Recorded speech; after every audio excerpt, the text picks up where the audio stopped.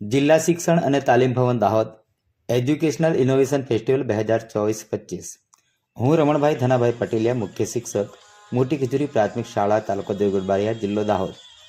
મારું ક્લસ્ટર છે મોટી ખજૂરી પ્રાથમિક વિભાગ। Mobile number 99790340-106। ફાઉન્ડેશનલ, પ્રિપેટરી અને મિડલ સ્ટેજ સંબંધિત ઇનોવેટિવ અધ્યયન અધ્યાપન પ્રક્રિયા અને મૂલ્યાંકન।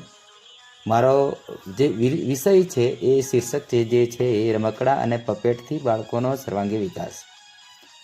બાળકોના સર્વાંગી વિકાસ માટે બાધક બને તેવી સમસ્યાઓ જોવા મળી। આ પહેલાંની આપણે સ્થિતિ ઇનોવેશન પહેલાંની જોઈએ તો ઘણા ખરા બાળકો પ્રવૃત્તિઓ સાથે જોડાતા ન હતા। એ માટેની પ્રયુક્તિ જો કહેવામાં આવે તો વાર્તા કહેવા માટે પાત્રો, સંવાદ, સમસ્યા અને ઉકેલ।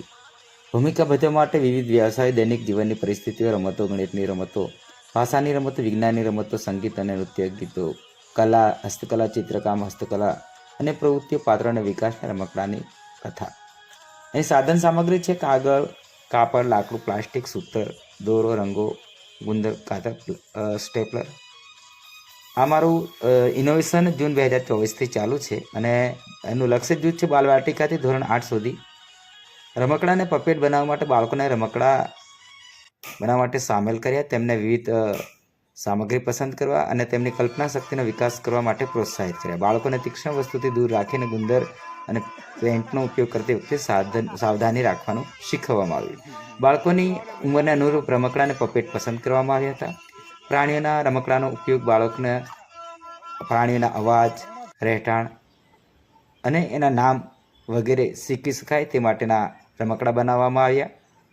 રમકડાનો ઉપયોગ કરીને બાળકને વાર્તાઓ કહી, આમ રમકડાનો ઉપયોગ કરીને બાળકને વિવિધ વિષયો શીખવી શકાય તે માટેના પ્રયત્નો થયા।